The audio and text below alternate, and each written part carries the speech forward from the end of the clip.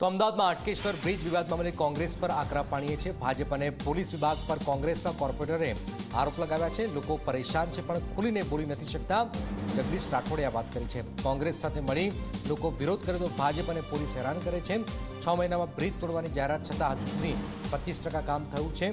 વહેલી તકે ડિમોલિશન પૂર્ણ નહીં થાય તો અમે આંદોલન કરીશું, કોંગ્રેસે આ વાત કહી છે। હવે 75%થી વધુનું કામ બાકી છે। આગામી 3 મહિનાની મુદતમાં કામ પૂરું થવું એક શંકાનો દાયરો છે।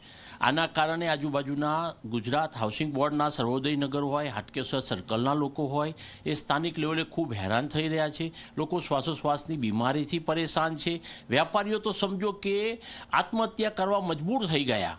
અચ્છા, બીજી એક તકલીફ વસ્તુ એ છે કે સ્થાનિક વેપારીઓ અમારી સાથે આંદોલનમાં જોડાતા પણ નથી, કારણ કે એમને સ્થાનિક સ્તરે ભાજપના આગેવાનો અને પોલીસ તંત્રનો ડર છે કે એમને પોતાના પ્રશ્નોનો વાચા પણ આપી શકતા નથી।